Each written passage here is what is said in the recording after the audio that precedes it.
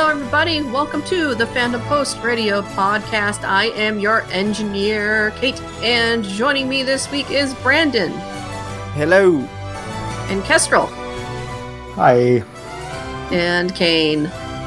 Hola. And we are here to talk about the summer 2025 season of anime. Which I thought was going to be pretty weak, but it's actually come out of the gate pretty strong, at least in my sad little opinion.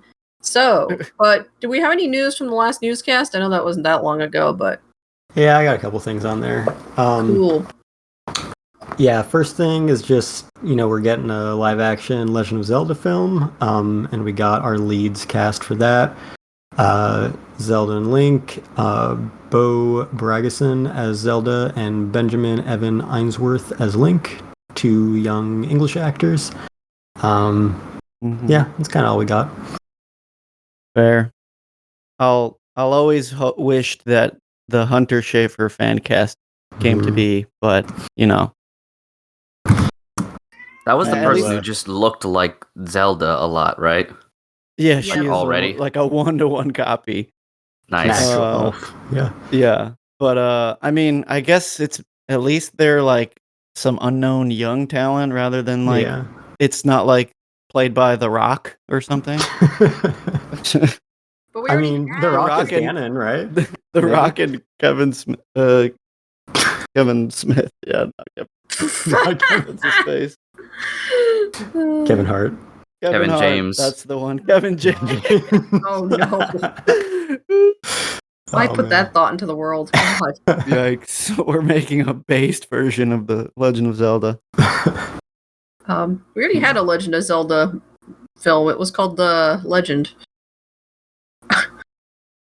Oh yeah. Nobody gets that. Nobody gets that. Are you talking about the one with Tom Cruise? Yeah, supposedly that was a big influence on like the Legend of Zelda. Yeah, I think that's a Ridley Scott movie, and I want to say he generally considers it like not worth talking about. Yeah. And it's the only, I think, fantasy movie Tom Cruise ever made, because apparently he was miserable while filming it. Yeah. Interesting. That's but it has some of the most insane makeup. Like, it looks good. So there's that. But yeah, so now that there's a casting on this, does anyone here think that this will still like actually get made? I don't know. I think it'll get made. Yeah, I mean, Nintendo and Sony for a big video game franchise, I think it has a decent chance. They've got a cast for it. Nintendo is like doing all the communications and stuff, so they seem to be pretty invested. Yeah, most of the time they don't even get to the casting part before like an adaptation live action is just, tumbles out of existence. Yeah. I hope they do film this in New Zealand. Just like Lord of the Rings. Yeah. Yeah, it's still going to be kind of up to the script writing, because Zelda is not an inherently story-driven franchise, nor does the protagonist ever actually speak in the canon. So obviously they're going to have to embellish a lot for cinema.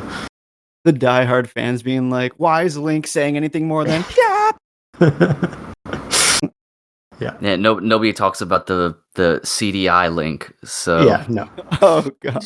It'll be an adaptation of that. Hey there, pretty princess. Oh, wow. Excuse me. How about a smooch? That's the one I was thinking. Yeah, I'm guessing it'll be like... That's a good one. I like those. Let's make those in the movies. Yeah. I'm sure that's what they're going for. No, it'll probably be like a mostly original story with the basic story beats of, all the games in this main series, probably more heavily on Breath of the Wild and maybe Ocarina of Time than the rest. Yeah. That's likely. I'd put money behind like Ocarina of Time. Yeah. Yep, we'll see.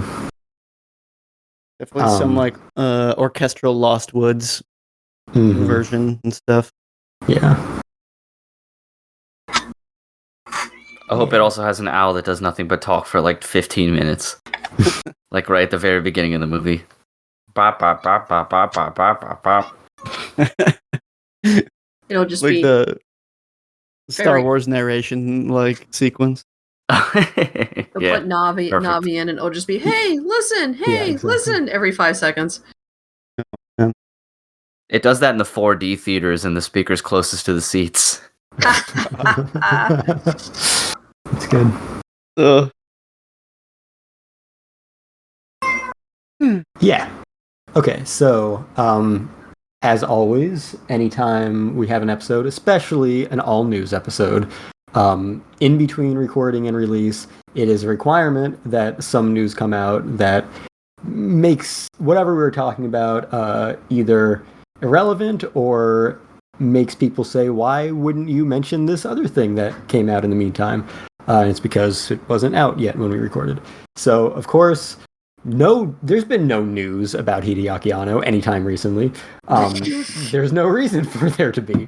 However, we randomly decided to make him the butt of all of our jokes in the last episode for 2 hours, and then immediately it's announced that Hideaki Anno becomes a board member of Production IG. Just Yeah, as- That was make some phone specifically- calls. Yeah, it was specifically to dunk on us, pretty much. Yeah. Yeah. He doesn't even care about being in that company. He'll run it into the ground. Yeah. And So what role is it? board member? Oh, okay. Yeah. Big. So money. right. Yeah, it is interesting, of course, because he's got his own studio.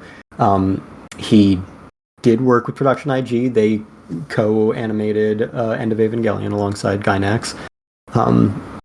So, yeah, it's interesting also because Production IG is, it has a couple of sister studios under the same parent company, including Wit Studio. So right now it seems like it's just Production IG that he's involved in, but he now has pretty close ties to a few other big studios as well. So wait, is he still like in a leadership role at Kara, or is he just like founder kind of? No, I mean, Loosely. presumably he is still leading Kara. Like, it has always been Anno's studio. So there's no indication yet that he will step down from that in any capacity. Right. I think the announcement was actually from Kara, in fact. Oh, interesting. Yeah. Yeah. let me He's just see. getting them extra checks. Yeah, totally. Yeah. Um, I mean, I can see some potential collaboration in the works. They yeah. are pretty good with their, 3D mech animations. There's definitely some Production IG properties that could use that. Mhm. It's- Yeah, he's still president and CEO of Kara. Okay. And now, it was originally translated as director of Production IG. I think it's just a matter of the words they use in Japanese, but it's generally agreed that he will just be a board member. President, board member, and failed fanfic writer. Yep.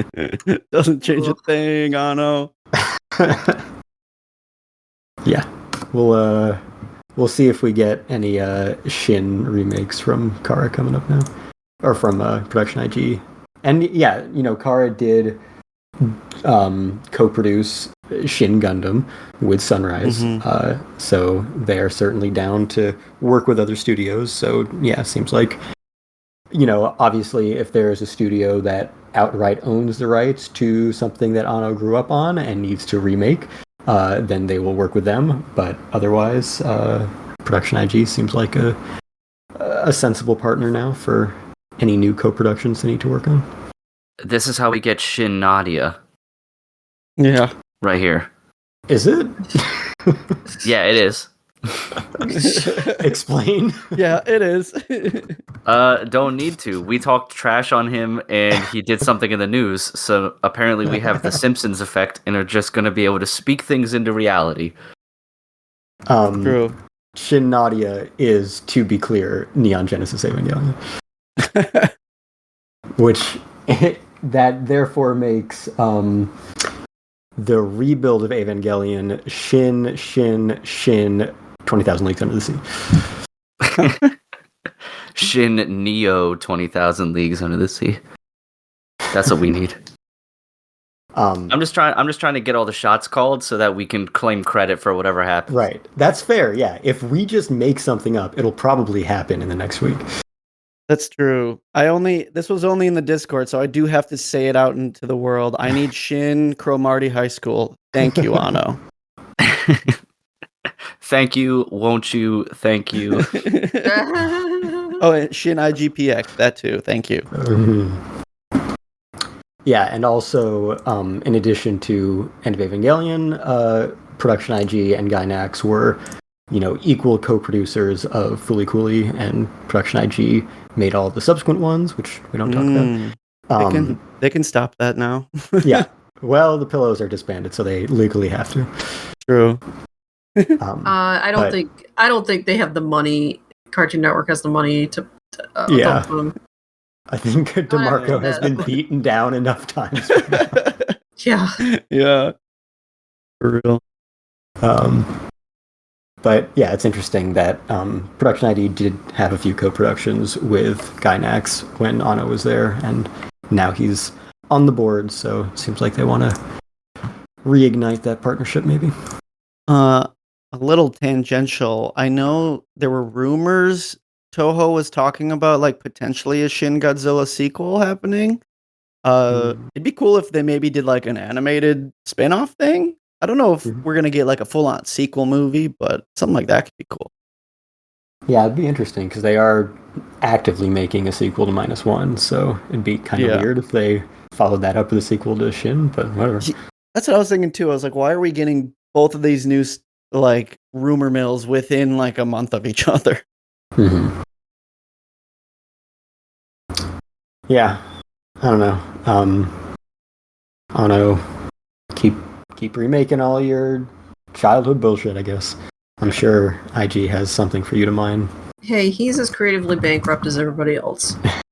Yeah. He'll keep fanficking and Miyazaki will keep unretiring. Right. All right. And speaking of Gundam, so San Diego Comic-Con happened.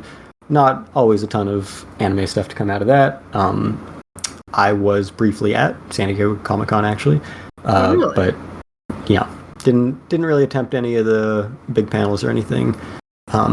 Just went to the free concerts, which you don't need a badge for, and then since I happened to get a badge, checked out Dealer's Room and stuff a little bit. Yeah. But anyway, I think the only real significant anime news that came out of it was that there was a big Gundam panel there, and they announced a bunch of stuff.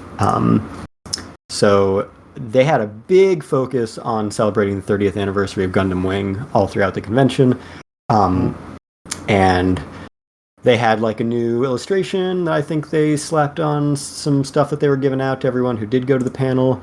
A new video came out that they posted on YouTube, which is fresh Gundam Wing animation for this that Operation insane 30th. too. Yeah, every Gundam Wing fan lost their mind over that video. Can imagine.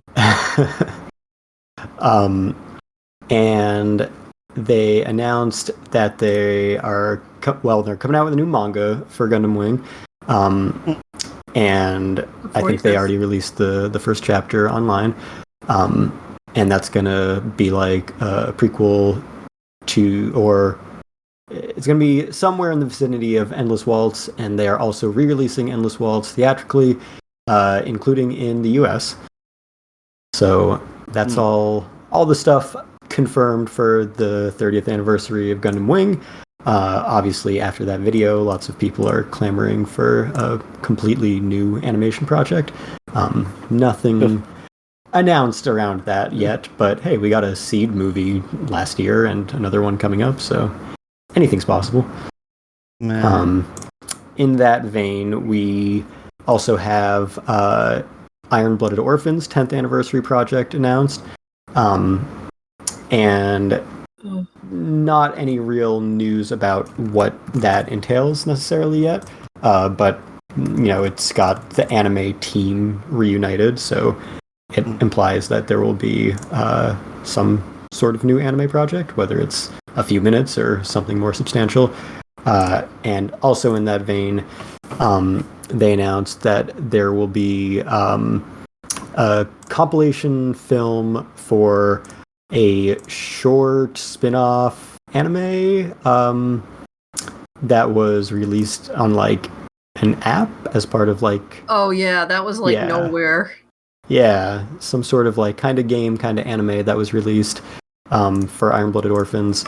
And so they're going to be compiling the animated parts of that and releasing that theatrically. And that is also supposed to come out in American theaters eventually. They kind of implied. They just said, for American audiences, stay tuned. Okay. And then, nothing really new about the Hathaway 2. Just kind of what we knew before, which is that it's coming out in theaters in Japan next winter, and Americans, stay tuned. So, mostly Gundam Wing stuff, a little bit of IBO 10th anniversary. I know, like, Gundam is really going in on these other markets, too, because they got the card game now, and I think they're also planning to do, like, a Warhammer type game, like, with miniatures, which look cool, but, I mean... they're definitely like aiming at like a more traditionally. I can see why they would show stuff like that off at Comic-Con to like more typical like Western nerdy stuff rather than be like, please build more model kits. Hey, I think I've seen some, but they can sell minis now. Yeah. I've seen some ads for that, and I'm sure there will be plenty of board game geeks out there who, even with just a passing interest in Gundam, will invest untold amounts of money into that. So as long as the minis have a skosh, like a little whisper of quality on them, people will buy it, if only because the miniature games have very dedicated followings and very dedicated wallets. Yes, a very dedicated whales up in there. Hey, that Warhammer stuff is expensive, yo. Yeah, I'm sure Bandai's salivating at like the numbers for those things. Like, we can sell them for how much? Yeah, the bigger thing they need to worry about is just the game has to be at least somewhat fun, so it's not just like a shell of a game with shitty rules and you buy the minis, because there's also those same people like love how the game like plays, or at least enjoys it. Though I do have a couple friends who have only actually played Warhammer like once or twice, but really like building the armies, but they also like the lore. So it's like a triangle. It's one of those like old school like RPG like rating charts where it's a triangle and then like the inside points to the 3 points of the triangle, and 2 of them have to be like all the way to the max. Yeah. Yep. That's basically how my buddy recently got me a little into Warhammer. Is he was like trying to get me to play with him. I was like, okay, that's all right. And then the lore, I was like, okay, this is actually kind of interesting. And I already build Gunpla, so I was like, all right, maybe I'll make a miniature. So yeah, you get kind of like blitzkrieged from every angle. Yeah, that makes sense that they're exploring that crossover market after 50 years. Yeah. And I mean, the card game is already, following suit. I'm sure it's already like unavailable and everywhere. So yeah, they had a huge presence for that in the exhibit hall of Comic-Con. So yeah, that makes sense that they're trying to push into all the other kind of toy collector markets, since that has always been their bread and butter for money making. And the anime has never really caught on in the US the way that a lot of anime has in the past few years. So makes sense to explore those avenues. Yeah, the wing stuff, I'm not like really here nor there on it. I liked it, but I don't know, it just didn't grab me as much. Even like growing up in the Toonami prime time for when Wing was in every one of their like bumper animations and all that stuff, I just never grabbed on, but I think it's because I didn't really start watching Gundam until I was older and in high school. Oh, I was rather gonna than say middle you school. you didn't have a pair of ovaries. Yeah, that's true too. That's true too. The only thing I really remember about Wing off the top of my head is I think it was Troa, the one with the big sweeping hairstyle that I think was also in the circus. Yeah, he was Yep. like in the circus. Yeah, he was broody, and that was my type. Yeah. Not the boisterous American. Yeah. All I know Yeah. about that show is I will kill you. Yeah. I'll kill you. She's like, oh, I love That and all the memes that were created off of it for years and years. Yeah. Oh, that show is like ripe for just random silliness and bizarreness and Yeah. Once again, it makes sense why it would be at Comic-Con because it was like the closest entry point for Western fans back in the day. Yeah, between that or G Gundam. Yeah. no, but nobody cared about G Gundam. No. Wing was definitely the American's Gundam. Yeah. Yeah. Well, no, I'm not saying they were equal. It's just that was also the one that Toonami had as well. Like, that was their other one, which obviously didn't get as much traction unless you were into cultural stereotypes. Personally, I love G Gundam, so Yeah, They showed I the really OG like it. eventually, right? It just didn't catch on. Yeah, they did. Yeah, eventually.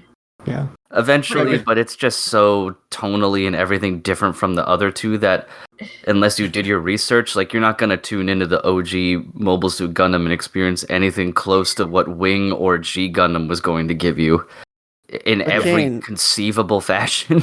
But Ken, you're telling me you don't absolutely love that the deluxe Blu-ray set I have for G Gundam came with a Tequila Gundam shot glass? Oh, you got that? Yeah. Oh, jealous. I saw it on sale multiple times like years ago and really, really thought about buying it. I think the lowest price I ever saw it go is $80, and I was talking to Emily and I was like, this may just be worth it for the shot glass. You know that, right? Shot glass and like a shitty like red, like it's supposed to be his bandana, and it's like, oh, okay. No, Yeah, it was worth it.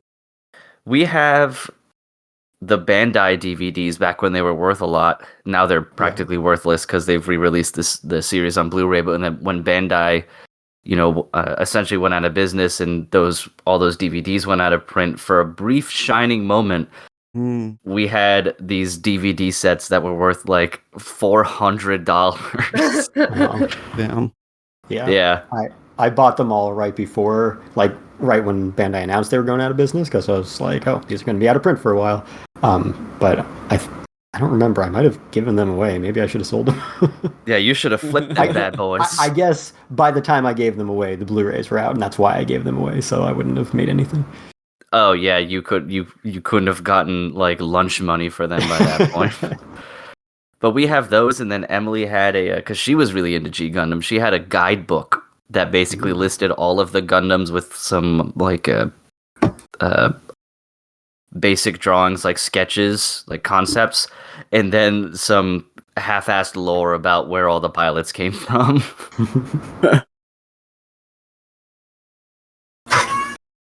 I think we're a Holland Gundam house, the one that was a windmill, and I think it lasted through the entire competition without a single fight because no one figured out it was a windmill. That one is amazing. If anything, we deserve actual gunpla of some of these crazier models. They're so hideous, though. I know, but I would love to have the windmill.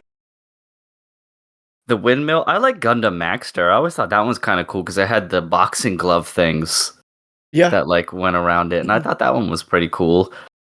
I have one of those, actually. I have yet to build it, but I have it. And if memory serves, I'm going to have to Google it here real quick, but I want to say it doesn't look all that different from the remakes, like how they look in the new series. Like it has like the same kind of weird faceplate and everything. It's more football based. I'm wrong, but that makes it better. I thought it was just the faceplate that's supposed to look like a mouth guard for boxing, but no, they gave it a stupid fucking football helmet. Hell yeah, awesome. No, once again proving why this show rules. My cat has much to say about this matter. Biggest G Gundam fan. She's...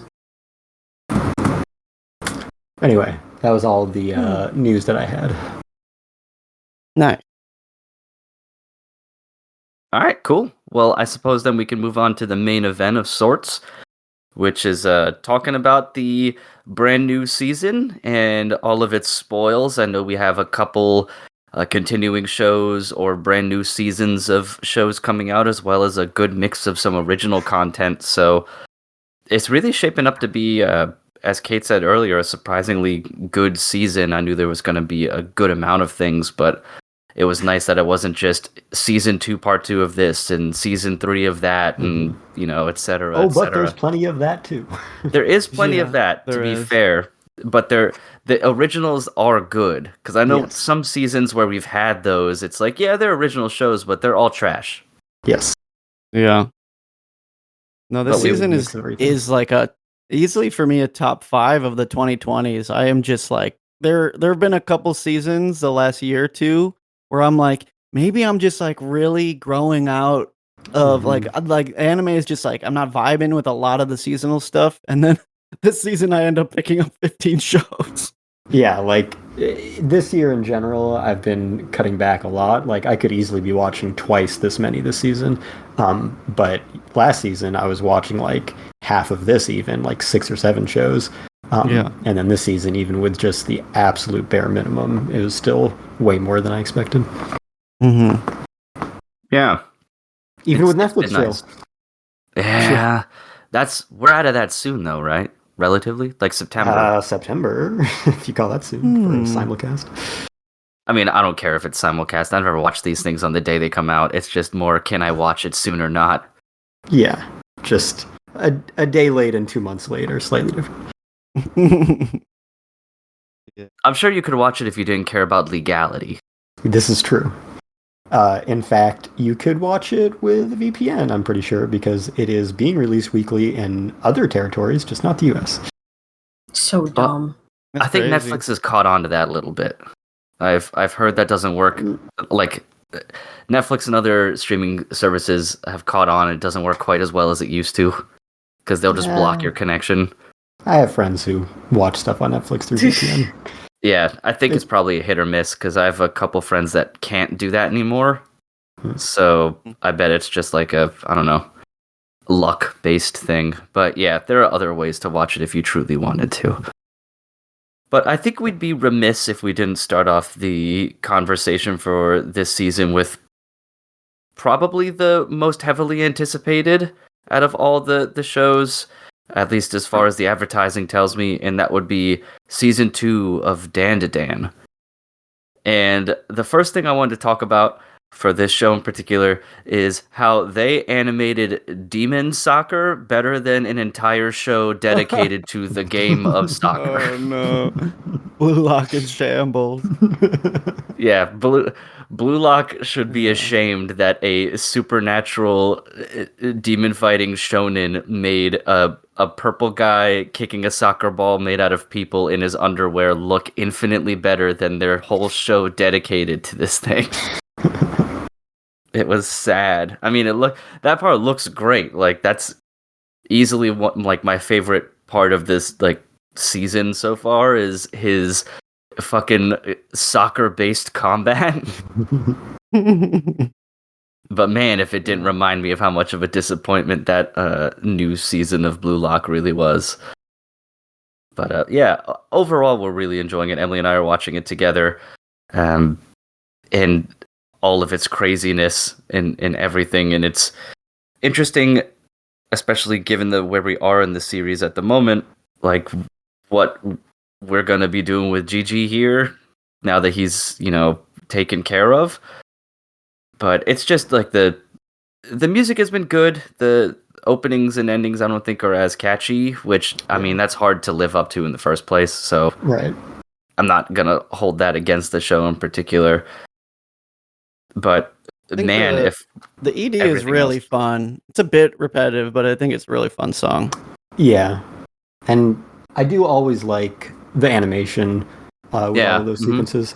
I think those are a lot of fun, especially with kind of how they animate Momo, just being fun and weird. Yeah, she looks like a. Mhm. She reminds me of like a Parappa the Rapper character. Yeah, Yeah, 100%. So it is a lot of fun to watch the animation at least, which is cool. But what are you guys thinking so far? I don't know if either of you are reading the manga, so if you know what happens or not, or if because I haven't, so I'm just along for the ride week by week here. I'm sure Bran has, right? Yeah, the thing is, like, the manga's like so much further ahead. It is like hard to like read it weekly and then come back to the episode and be like, where am I? I What feel year like is it? no, exactly. Especially because like this show just kind of like keeps the pedal to the metal. I feel like sometimes it's hard to like catch your breath because Mhm. like I'm like, oh god, there's one disaster and crazy set piece after another.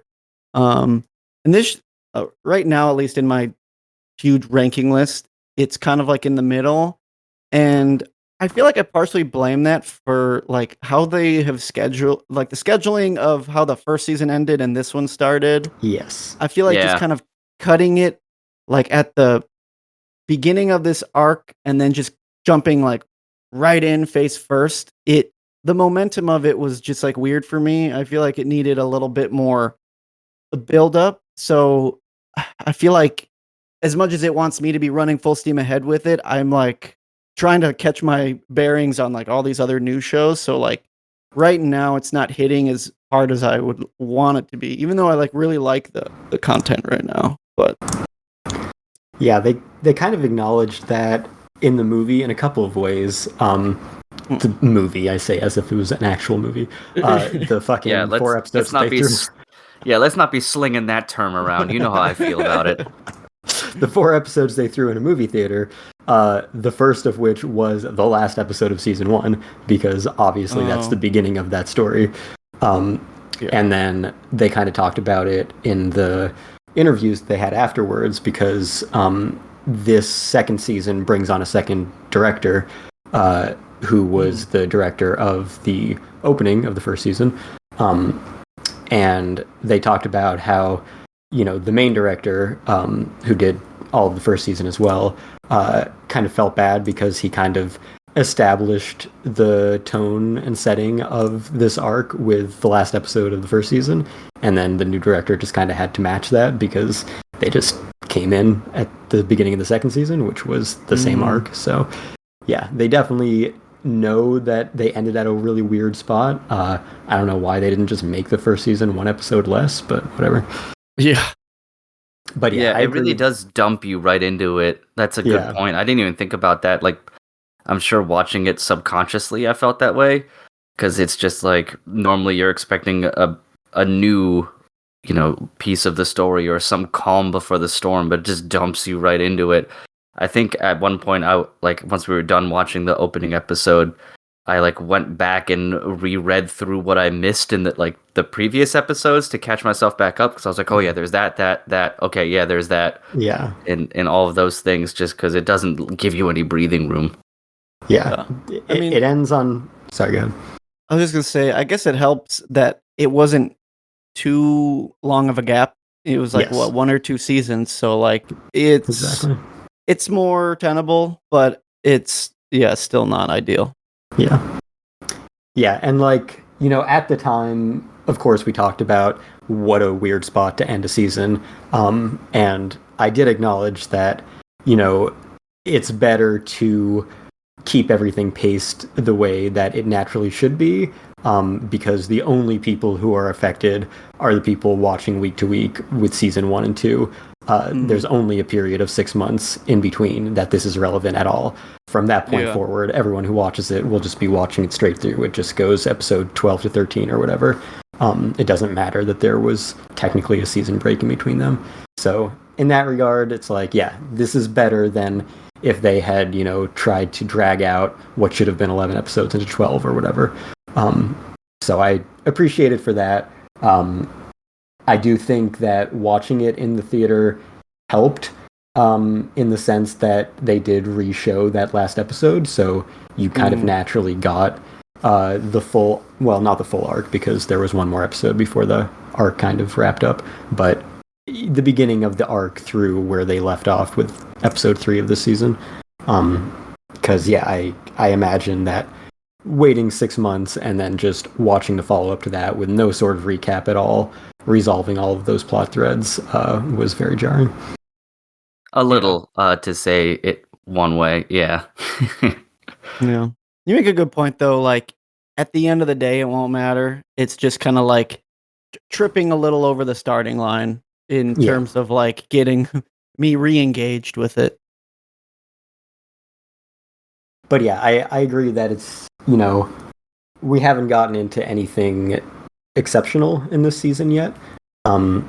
Last week's episode, kind of gave us the climax of the first little arc there. And it had some good stuff towards the end. It definitely got fucking weird, which is what we expect from the show. But yeah, nothing that like really blew me away so far. So I don't doubt that it will as the season progresses. But I think it's maybe a slightly underwhelming start compared to some of the highs that we experienced from Dandadan a few months ago. Yeah. I can say that like, this specific arc with the evil eye is not a high point for the story. I feel like some of the next couple arcs will start to like ramp it up to a level that I think will bring the show back to like a worthy of a weekly discussion of like, whoa, did you see like what they're doing now? It's so crazy. That's good. Yeah. Yeah, I think the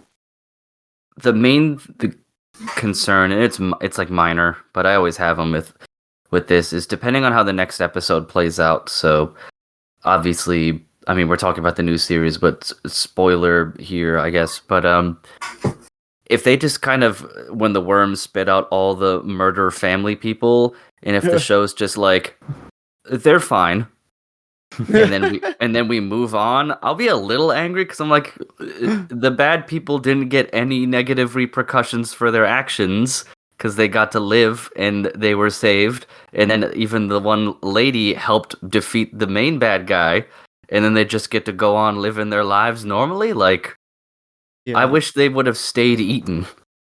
Yeah, I feel like because that was cool. I was like, yes.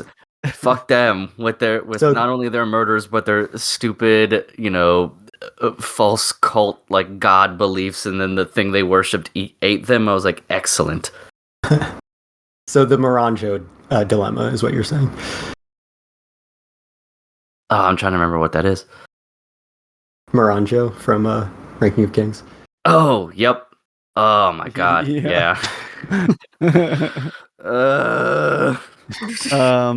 It is interesting the way that they frame some of the enemies in this series sometimes, because like clearly bad people. Like first episode of the new season, they're like, and sexual assault. It's like, okay, wait, hold on. Yeah, but, and lots of it. Yeah. But then like the way that they frame the villains sometimes is like they almost become comic relief, and they also become like semi-allies. It's like, allies against like a greater enemy. So it's weird. I feel like this happens a lot actually throughout this series. So I wouldn't get your hopes up on these people getting their just desserts, is what I'll say. Yeah, I mean, I kind of expect it a little bit, because up until now, I don't think it's like no bad guys have really been like defeated without that happening. Either they've become sympathetic by the end, or they become allies of sorts or something. So, it is like a shonen at the end as well too, and that's like not an uncommon thing for bad guys to never like be really gone and do things like this. So I guess this one just bothers me a little bit more, because I'm like, these people are unequivocally like shit. Yeah. And they're completely these weird old men. Yeah, don't make these weird old men like chibi and like, oh, they're adorable. No, please. No. And are they all gonna inhabit cute little cats in the next episode? Yeah. The only funny thing about them was the lady who named her moves Jennifer Lopez Anaconda. Yes. That was entertaining. But yeah, they were extremely unpleasant, and yeah, for some reason, specifically the first and last episode of every season of Dandadan is full of sexual assault. No other episodes. But that's always how they bookend them. Yeah, which is like horrible for public perception of this show, because I feel like anyone I showed like the first episode, they're like, that was a little uncomfortable, and I'm like, well, yeah, but also like the bad guys are doing it, so they're the bad guys. That's like that's kind of what's being portrayed. They're not like, it's not like we're agreeing with what they're doing. Don't worry, she'll be assaulted by a bunch of creepy old men in a hot spring, and then you won't see the aftermath until 6 months later. Yeah. But I swear it gets good. Unfortunate timing. You just got to get through the third assault case, and then it really starts picking up. Yeah, I remember justified when we worse in anime. Yeah. I remember feeling that exact way, like oh man, this show feels like it's gonna be good, but I'm gonna have to always have that little asterisk after when I watched it in the theaters, like those when I watched the first 3 episodes, I think it was in the theaters with one of my friends, and when we came out and he like of the thing when it was done, he's like, "So how'd you feel?" And then he went like, "Other than the obvious," I was like, "Well." Yeah, I didn't think about it. That makes it even worse. Specifically, the episodes that end up going in theaters are the ones with the super weird moments.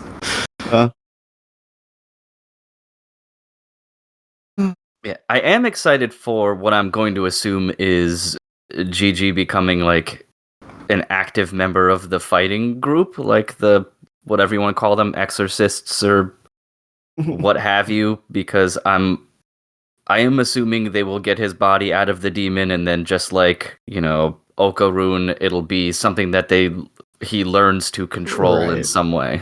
Because that's kind of been the pattern, because not only Okarun, but what's her name with Acro Silky, kind of the same deal. Pink hair. Yes, pink hair. Yes.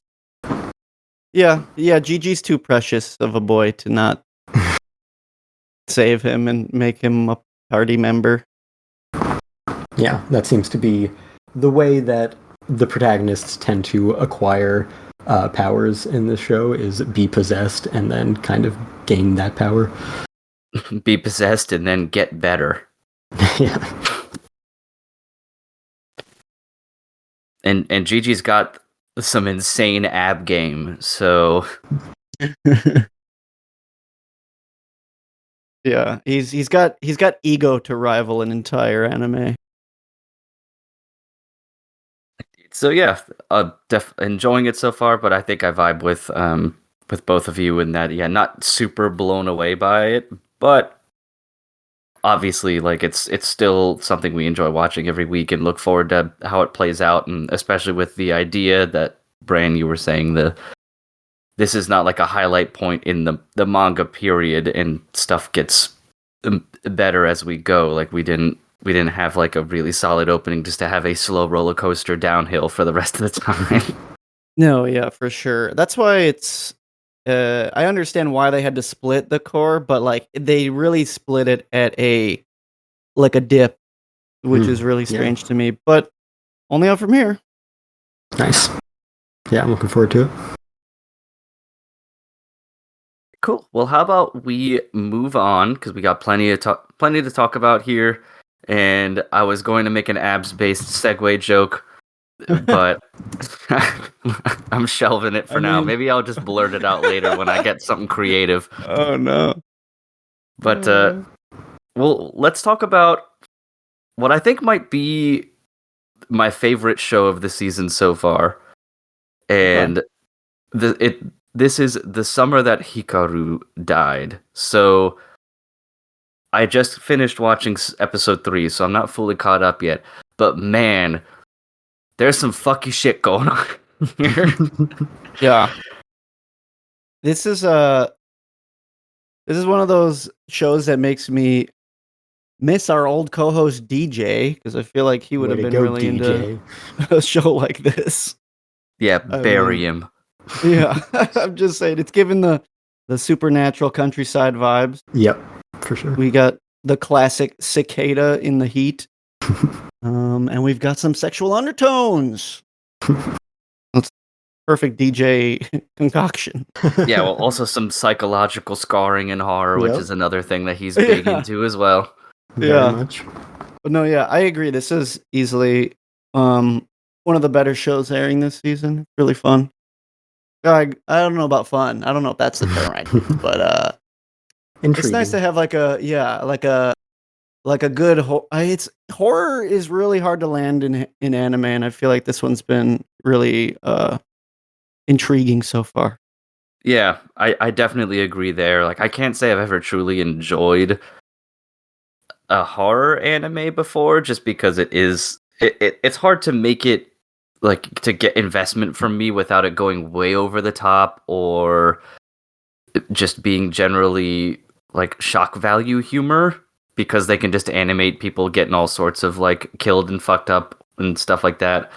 But this has really like drawn me in and has my attention. I think part of it also is because it's a horror not only like in the literal sense, but because of like the like homosexual undertone parts, you can read every scene in a variety of different ways, and it just makes the emotional damage that much stronger. Yeah, I mean, you can basically get rid of the actual supernatural elements and still read it as what's happening in the scenes, as like, oh, these boys are like exploring their sexuality, but they like live in the countryside and like can't openly share these things without being shunned by society, stuff like that. And the one is willing to, after some type of like transformation, is willing to explore a little more in the open, and the other one is still heavily closeted and hates himself. Yeah. In a lot of ways, and just has to deal with that self-loathing while also seeing in this transformed person someone that he wants to be, wishes he could be, sees a lost opportunity in some ways, which that at the end of the episode 3, Emily and I were both like, no, like the whole time. Because I was like, I'm getting major I can fix him energy out of this. And I was like, yep. Like, I get you're a teenager and this is what's going to happen, because we've all been there as teenagers making terrible impulse decisions, but this is bad on many, many, many levels. Yeah. Oh man, it's so good. And you mentioned like, the transformation aspect, and they're literally like visually telling you that with like the cicada coming out of its shell, but then going back in, and then it's all like that messed up, like the I forget the name of the mountain spirit, but like that aura Nanuki-sama. Yeah, Ninuki. But I just love the fluidity and the animation too for the curse itself. Yeah, when it comes out of his face, like Hikaru's body's face and stuff. I also really like how it's like you're watching a mixed media thing too, because they also just interlace photographs and different art styles and CGI in like weird ways. Like it really feels like they're trying to be creative in not just shocking you, but trying to like viscerally connect with you for any of the horror elements. Like when Yoshiki basically puts his hand in Hikaru's stomach, and then he just goes, it feels like raw chicken. And then they just show you a picture of raw chicken. Yeah. And I looked over and I saw Emily physically recoil. I was like, yeah. Yeah. That is great. I like knew exactly, like the second he said that, I was like, oh, I know what he's like feeling. And then it slides his hand up and unzips Hikaru's. Crazy. Yeah, unzips. Yeah, it's so good. And I also, and I felt this way about shows before. Every time the internet gets mad, but it was definitely at that point, because you could feel the romantic, or one-sided romantic undertones in the first episode, and then the second one, I'm like, this is when the internet's gonna get mad. It's this episode, and then they're gonna be people like, that didn't get it at first. Why is this show so gay? Yeah, like, oh, I literally saw tweets that were like, "This show really had something going for it until it got gay." Exactly. Like you didn't wasn't watching.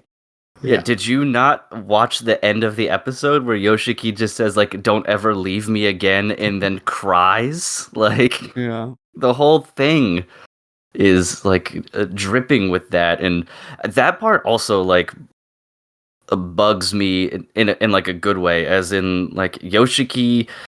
I'm afraid that he sees in this new Hikaru like a version of Hikaru that he can mold. Yeah. Into like the ideal Hikaru that he would have wanted when the kid was actually still alive, which is horrifying in its own way. Because I feel like Yoshiki is smart enough like to logically know, because he's questioned it multiple times, like, this is fucked up. I shouldn't be dealing with this. This guy, this thing has murdered like all sorts of stuff, and now he's cycled back home and he's like, I can teach you a few things. I'm like, oh no. No.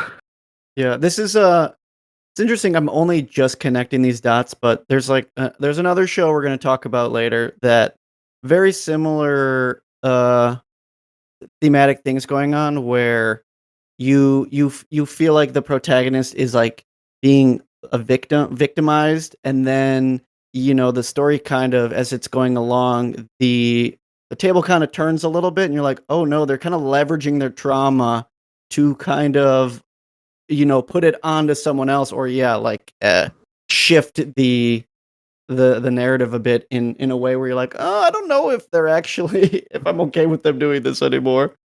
Well, it's an incredible turn of events there at the end of the third episode, because all the way up until then, you could generally see that Nonuki was just like you said, leveraging Yoshiki's trauma of his friend, and clearly likes more than a friend person to keep him around in order to act as a shield and some other things and show him this life. And now, with him not being able to tell like what his emotions are anymore because he's never been in a human body, Yoshiki's now manipulating him in a way, or that's what it looks like it's going to be.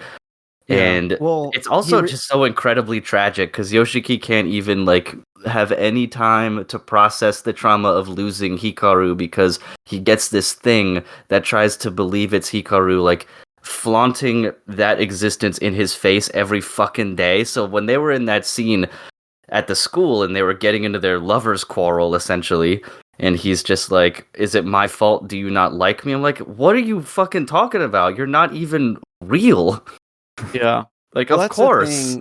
Is like this thing is leveraging the emotions implanted on it from Hikaru, but then Yoshiki realizes that this, Nonuki or whatever, or the spirit as it lives in Hikaru is still a baby almost. It's still like a child, and it's like wielding these memories and emotions with very little experience and, very little actual like knowing how to process or handle or use them. So yeah, it's like that like you said in episode 3, the tables turned a bit, and it's really interesting because I like that they added this like older woman character as like the fork in the road, because she's like, hey, you gotta stop messing with this stuff, because I went down that road too, and it's a bleak road, can't be doing that. And you would think there's going to be some kind of like, oh, he's gonna walk this line of like learning with her how to like get rid of the spirit while also pretending to be friends with Hikaru. But I kind of like that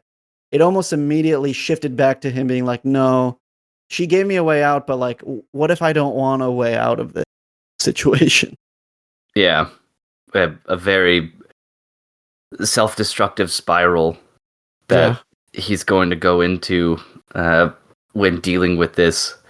And that's a good point about Hikaru being, even as this old spirit, emotionally and psychologically super immature, in that he's going to make even worse brash decisions.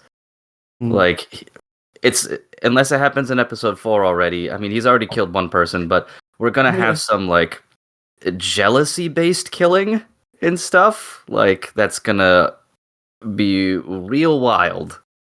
Yeah. I think especially with the the spirit in Hikaru being childish and like it's going to use its wrath again. I mean, it's already like looking at people funny. Like when they walk through that forest, you can tell that girl is like onto something. Yeah, she's in trouble. Yeah. Whether she knows it or not, because she clocked that Hikaru was different immediately because he was excited about the movie, and they show it for a second, her looking at him just a little bit longer than everyone else.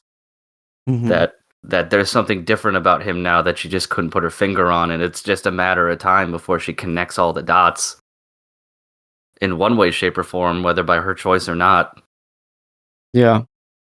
The back on that forest part when Yoshiki like saw the other spirit in the forest with like the long neck kind of just like waving back and forth.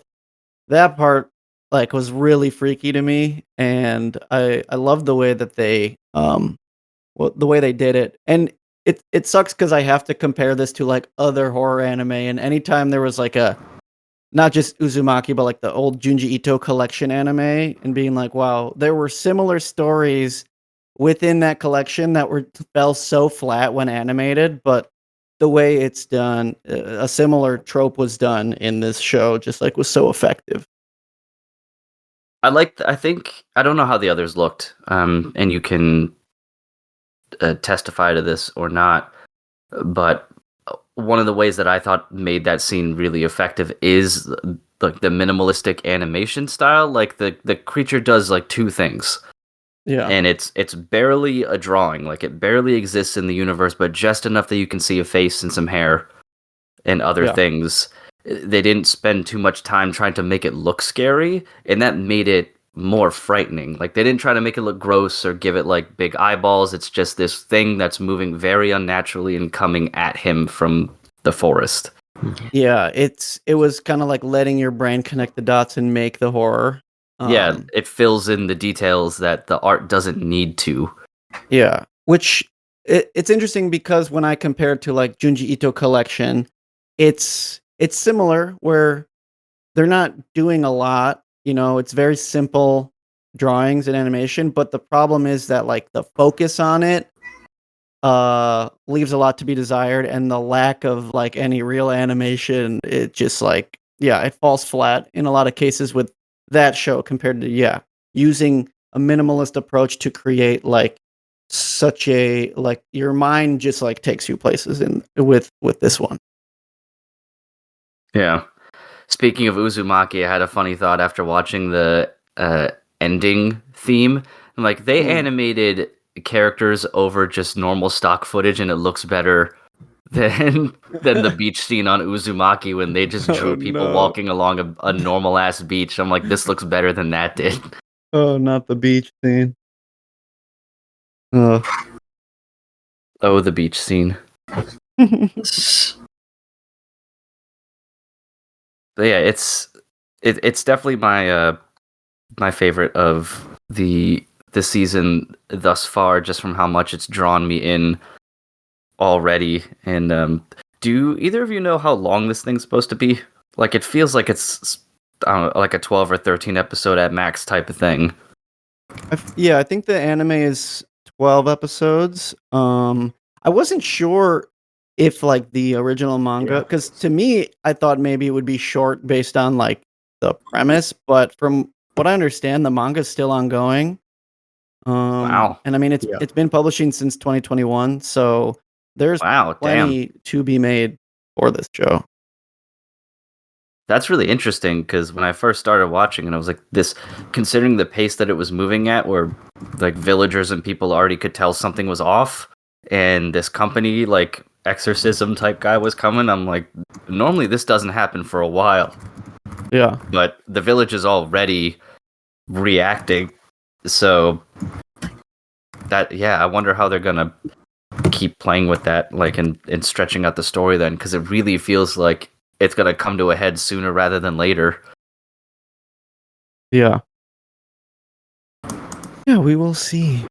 But also I'm also really enjoying it so far.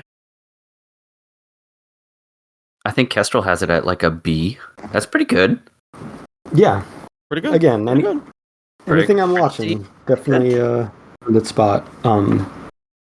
Yeah, I'm not like the biggest horror fan generally, but I do like a psychological thriller and something that's good at kind of keeping up the creepy atmosphere that, like we mentioned, is, you know, kind of a common trope in these shows like Higurashi and Shiki and Summertime Rendering a little bit, where you have your kind of small, quiet Japanese village in the summer that some creepy, mysterious presence invades and makes all these mysterious phenomena. So I like that aspect well enough. And yeah, I like your read of the kind of two ways that you can interpret every scene. The kind of literal textual horror elements, which are interesting enough from kind of the philosophical and ethical perspective, especially of Yoshiki and how he relates to this new replacement of his more than friend that he lost. And then, yeah, the idea of even interpreting it all as pure metaphor also functions really well. So, yeah, I think it's definitely a very interesting new show that is different enough from anything I've seen that it's very intriguing. Yeah, the one thing that I don't. This question will never be answered, obviously, because the character is dead. But and then we can move on. I know we have other things to talk about, but I'm really curious as to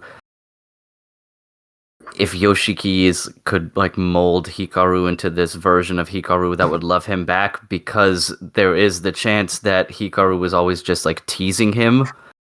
Because it shows some of those flashbacks of Hikaru being like, "Are you gonna propose to me?" or whatever, and it's like, is that teasing, or were they both having feelings for each other, or was it one does and the other's just doing like, you know, teenage boy stuff, like in that way, like just teasing him with like the you're gonna be my boyfriend type, you know, stuff that kids still do or whatever. And now Yoshiki's like, I'm not even gonna allow that to be a possibility. Yeah, it's kind of the ideal like ethical dilemma for the protagonist, because he has this opportunity to create his ideal version of the love that he lost that might have never been reality. Yeah, exactly. Can he live with himself doing that? Not to mention there's a high chance it's not even going to work, not that he's thinking about that. Like, yeah, I do like that they do keep an undertone of like, there's this guy that's like hunting the spirits and clearly is going to get involved like very soon with the boys. So, and his hamster. I'm interesting. And, yeah. And he's the guy on the internet complaining that the show got gay. Yeah. That's why he's in town. Yeah. Since all the Nonuki stuff is just a metaphor for gayness, he is the one who needs to put a stop to all that. Yeah. Yeah, that really intrigues me that the manga's still going, because it just feels like the story is already starting to, in a good way, like run out of runway. Yeah, no, I feel that. I'm very interested in like where we're gonna be by the end of this season. Yeah. Indeed. But all right, let's shift to something slightly less horrific and tragic. Yeah. Just a little. We'll come back. Oh yeah. Don't you worry. Consider this like a palate cleanser of sorts. Right. Yeah. But I definitely want to get your opinion, Bran, on this next show we're talking about, because I really love the art and the animation and the creativity involved, but I feel like the humor is, for the most part, going over my head outside of the slapstick. So maybe it's just something I don't get culturally, or I don't watch a lot of other stuff by this studio. But we are going to talk about City the Animation. Yeah. Because you have this quite high on the list, I think. Yeah, it might be hyperbole to say, but this might be the greatest anime of all time, maybe? Um, I don't know. so G Gundam's G pretty high up there G too. it is. They're duking it out for 1 and 2 right now. Um, there is a lot of context with this, and part of that is that this, I feel like, is a huge, like, for me, I think it's like a big, uh legacy and revitalization moment, obviously, for Kyoto Animation, because this is like a spiritual successor to Nichijou, which is one of their like greatest shows they've ever made, and also by the same artist, Keiichi Arawai. And this is the sequel manga, not sequel, but like the thing he created afterwards, with a very similar tone of just like this slice of life, taking like bits of characters from like a similar setting and like connecting pieces as you go and like building out, in Nichijou it was like a school and like part of a town. And city, it's more like a larger scale city life, slice of life. But I don't know, something about this show is just like, to me, is just like the pure essence of like what anime can achieve and what it should be, because it's just so like, it makes me feel so wonderful watching it, man. It's just like so beautiful to look at, and all the elements of like the animation and the voice acting and the sound effects and everything all coming together is just like, I don't know. It's just like, this is what my brain thinks like peak fiction looks like. I don't know, man. Yeah, Ugh. Wow. that's basically what I was saying. In terms of its like creation, like the humor for me is a little off, but man, Yeah. if this isn't just like such a wonderfully produced piece of art in general, like all of the animation is so fluid and lively, and everything has like a spring in its step when it moves around. The colors and the saturation, it makes me feel like I'm watching a children's book animated. Yeah. Basically. Like very very lovingly, and when it does do jokes, that I laugh at, it just makes them even more. But even if this show missed on every single joke, I think I would still enjoy I would enjoy watching it, just from the spectacle that it has, and the type of spectacle I think is important to note, because it has a feel that other shows that you can say are animated well don't really have. And I think that's Yeah. because so many of the past few seasons, and granted, I'm sure this is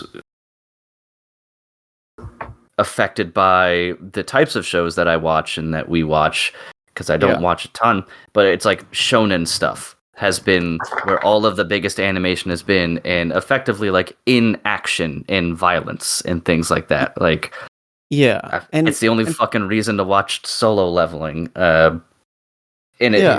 This does a very similar thing with all of these incredible colors and animations, and like the scene where the one girl is like smelling the ink to have like the memories and stuff, and it's like it's bizarre, but it's so lovingly made that you just kind of allow it to happen in a way. Like, I don't be like, this is ridiculous. It's like, no, just keep doing this. It reminds me in a way of like 60s surrealist animation, just done so perfectly, like fucking Yellow Submarine shit. Yeah. Uh, You bring up a good point about like a lot of the main focus of modern like peak animation, like the most fluid and like the biggest animation sequences are always from big shonen action sequences. And for a lot of those shows too, it's peaks and valleys. Like, I love One Piece, but there are some episodes that are like really slow and like not a lot's happening, but then you get like 1 or 2 minutes straight of just like the craziest animation you've ever seen in your life.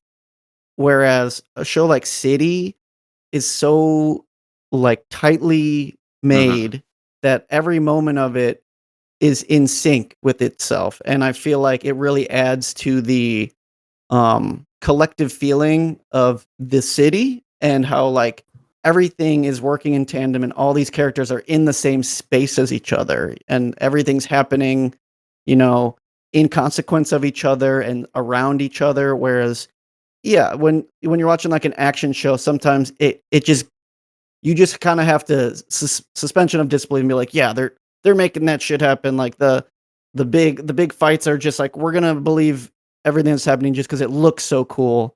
But a show like this and the way Kyoto Animation just so tightly understands this artist's style is even though, yeah, like you said, it's very cartoony, almost child book, like so colorful and wondrous, but it's all it's so congruent with itself. It like understands itself so well that like everything meshes together and it makes so much sense. Yeah. I don't know. Well, it's so like seamlessly done in that the world is more believable because everything is so uniform to a certain extent. It isn't like some things have high contrast colors and others try to look realistic. It seems like it's like every little detail in the city, in the plate, like the apartments, the restaurants, the posters, everything like matches and looks in a way that presents to you this like fully fleshed out world. Mm-hmm. And because of the fact that it all carries that same art style so effortlessly, it feels like lived in and real in a way. And I think I enjoy that a lot as well because of that fact. It immediately sucks you in, and it's just, you feel like you're living in there in a lot of ways because of how well everything is produced. Yeah. And speaking on the comedy bits, because I know you said like it doesn't always land for you, and I feel like that is like almost Achilles heel of this artist, his stuff, both Nichijou and this, is that right, because it's almost in some of them are like just like 4 coma style where they're just like, this is a quick little joke we're gonna do, or some of it's so rapid fire that not all of them are gonna land. And I agree. Like, I think Nichijou is one of the funniest shows I've ever watched, but it's also similar to like Gintama. There are some jokes that like I'm just not going to understand because A, it's either referencing something that I culturally do not understand, or B, like it's a wordplay joke that like I don't have a deep enough Japanese understanding to like think it's funny, but it's the confidence in which the show presents itself and delivers its jokes that you just enjoy the process anyway. Yeah. Yeah, the wordplay jokes are always the toughest ones because you don't really have any hope of understanding them. Yeah. At least with the cultural ones, you could kind of look up and be like, oh, it's this comedian. I see that. Okay. Like, that makes sense. But then when the jokes are more like, well, normally you would use this tense of the word in this, but in this time they use this tense of the word, and then they didn't put the honorific on it instead. You're like, okay, right. Yeah. But so thankfully thankfully there's just like a lot of classic, just like good slapstick and just like misdirection humor that's just so funny, the way they'll like cut to a reaction or cut to like a quick movement or something. Like one of the first like gut busting jokes for me in the first episode is when the chef drops the noodles in the guy's bag. Yeah, that's like, great. That is easily like the highlight joke of the first episode, and it's just for every like little joke that you don't really get, there's ones like that just land really well. Mm-hmm. I like that one, but I actually honestly laughed harder the second time it happened because the show doesn't highlight that at all. Yeah. He trips looking at the guy getting the wine cork shot into his forehead, and the noodles just slide into the bag, and then the scene cuts to something else entirely. When it was the first joke, you see it happen, and like that is the joke, and then the second time it's more of just a byproduct of another joke that happened. Yeah. So yeah, I like that one a lot. I also non-slapstick. I really laughed at for some reason the one loaf of bread being market price, and then they panicked because that means it's expensive. And then it turned out to be 5 cents because it was leftover bread that the baker just put in the microwave. Yeah. Yeah. No, that was a really good bit too. So yeah, it does have like good bits. It's just it is the Achilles heel, and unfortunately, in some ways, it would always be a thing you'd have to append to a recommendation of the show. Be like, okay, so there's gonna be stuff that's not going to be funny, but just enjoy everything else about it. Because if I tell you it's a comedy show, obviously people are going to be expecting to laugh all of the time or something like that. And it's like some of these are just not going to hit and you're going to have to be okay with that. Yeah. Yeah. But I think as we kind of explained, the general vibe is just too good to like not enjoy yourself regardless. Yeah. I also like the bunny cat thing. Yeah. It always looks mad. Yeah. But yeah, it's I'm glad I picked it up because I had mentioned at the jump here that I don't really have a lot of experience in KyoAni stuff. I have watched Nishiju and really like it a lot, and that was part of the reason I picked this up too. Is that the art style is similar, very very much the same. So that alone was what drove me to want to watch it. So glad I did. Definitely glad I did. And will watch as much as they are willing to provide. Yeah, I just want to point out that, all of those kind of assumptions about the anime industry where all of the, amazing animation is reserved for, like, action, and it's always inconsistent. There's an exception to that, and it's called everything Kyoto Animation has ever made. Yeah. So if you want more of that, that is all they do. That's a good point. Even from someone who doesn't watch a lot, I've seen clips and they all look gorgeous. Yeah. Yeah. I think if you enjoy, like if you still like really enjoy City after the season, definitely give Nichijou a full watch because that show is really good. To me, I feel like City feels like the just natural progression of it too, because Nichijou was similar in that it's just an ever expanding cast of characters that like slowly over time you're like filling out the town and like getting a better understanding of its layout and the people in it that are making it happen. And this just feels like the natural conclusion of just making that an even bigger and tighter world. Yeah, I can't say I laughed at the I think it was the last gag in the new episode, but man, I felt for the dad character when his whole goal was just to become a regular at a restaurant and it closed right before he got to that point. Because I've been there. I felt him so bad. I was like, I understand the desire to want to go to a place enough that they recognize you. And they're like, you just get asked if you want the usual. I feel that to my core. And then it's closed right when he thinks he's about to break that. He's about to reach the precipice.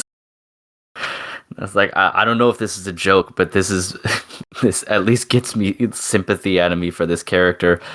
Though the little throwaway joke at the end where he just goes, I've been here multiple times over the past week.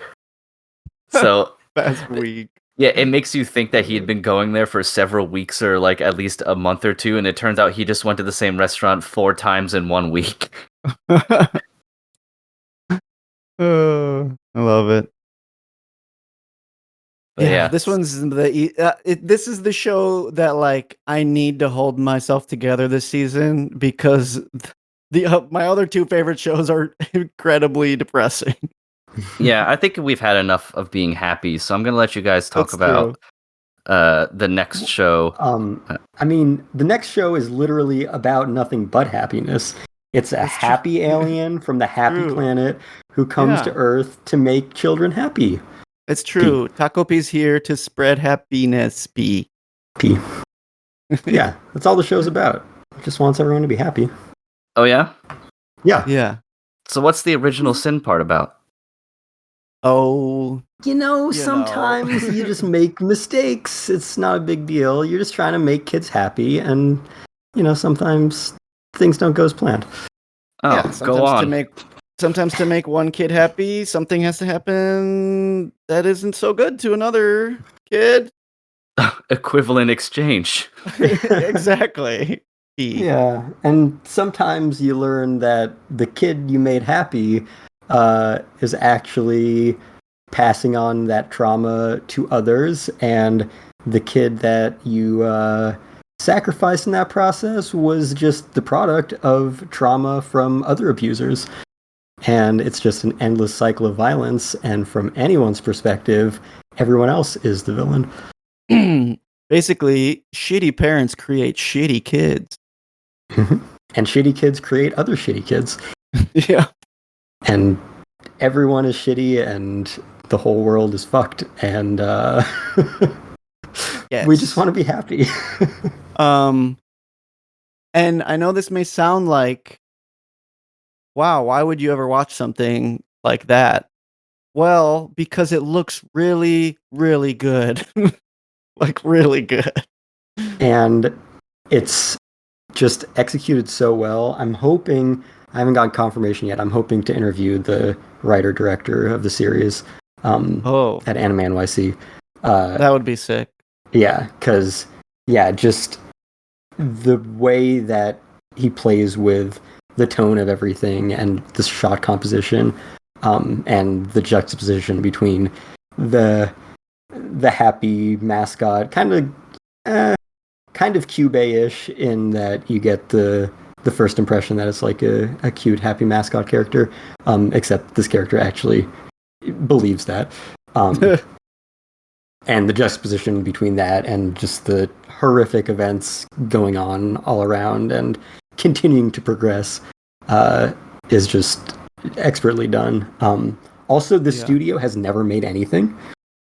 That's crazy to me. Yeah. That's actually insane. Yeah. So, like, I'm like, man, maybe Poon Poon can be an anime if this studio can. Dude, literally, that's like one of the first things I thought of. I was like, wow, this looks like what a Poon Poon anime could be. Yeah. That was the first thing I thought of when you went, why would anyone watch this? I'm like, why does anyone read Goodnight Poon Poon? Yeah, exactly. Yeah.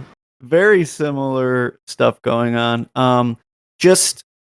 I feel like, just to give you a little bit of context, this is a very short series. It's a 2-volume, 16-chapter like short that I think it was in like Shonen Jump Plus. It was their online only mag. Yeah. It came out a couple years ago. I'd been meaning to read it for years because I heard really good things about it. I think it's worth going in without knowing much, which is why Kestrel and I are tippy-toeing around a little bit. Yeah, because I mean, we're being coy as a joke too, but basically every episode has a huge twist. And a huge trauma dump. But it's only going to be 6 episodes. We're already 1 episode away from the end. So I think it's something. By the time this episode is out, the series will be over. Yeah. So it's something you deserve. It deserves to just jump in head first. There are warnings here. There's going to be lots of like abuse, suicide, like all kinds of like things you should be wary of that are big topics. What's going on in this show? But content warning, the series. Yes, which exactly. they do begin with a content warning in every episode. So they get you ready a little bit. It is maybe not a show to watch if you're not in a good place.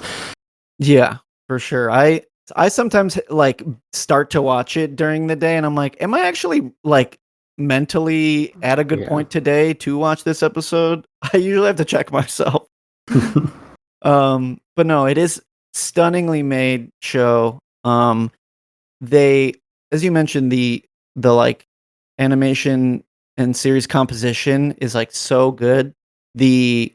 I really have to applaud them for capturing the original author's style. So while I haven't read Takopi, I read there was a short stint where the author Taizan 5 had a series called The Ichinose Family's Deadly Sins, which ran in Jump for about a year. It was like only 50 chapters.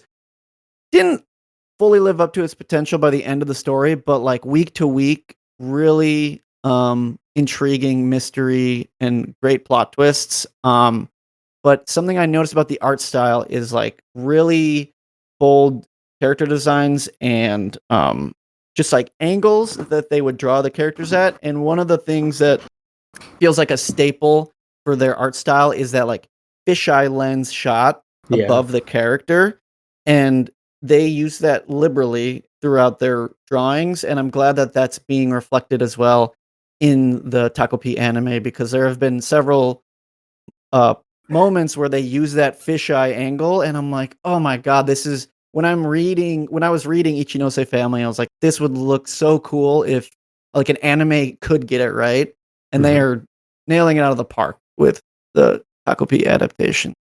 Yeah, it's interesting. I did read like the first 3 chapters of that Ichinose manga, and that's I guess more of like a Jump manga. I guess this one was a Jump Plus 2. But it's, I don't know, it still had some of that kind of weird, dark, suffering kind of feeling to it. Yeah, it still is like weird family baggage show, but like a little less dark. Takopi is definitely pretty like off the deep end right away. Yeah, you can't get much more extreme than that. But I felt like it was it came across kind of awkwardly executed from the few chapters that I read of that series.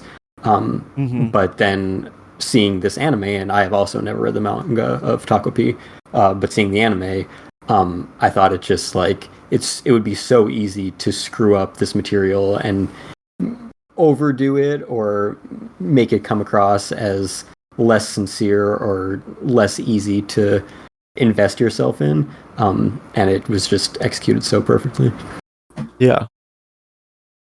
This is one of those like, it hurts to watch, but it's a good hurt. It's and it does make it makes a lot of really powerful points about kind of what we were talking about, kind of generational trauma, cycle of violence, the way that any negative action will just create an endless domino effect, and that a lot of bad things that people do are ultimately the product of their environments. Doesn't mean that you have to be empathetic, but it's definitely a very powerful point to make, especially as we get to some of the twists, which there are very effective twists throughout, and learning that, like we mentioned, it is very much by design that even the protagonists are not always going to do things that you're happy about. And it's very much, it starts out with very clear villains, but within probably by the first episode, and certainly more and more as it goes on, it's very clear that there are no really like good people or wholly bad people.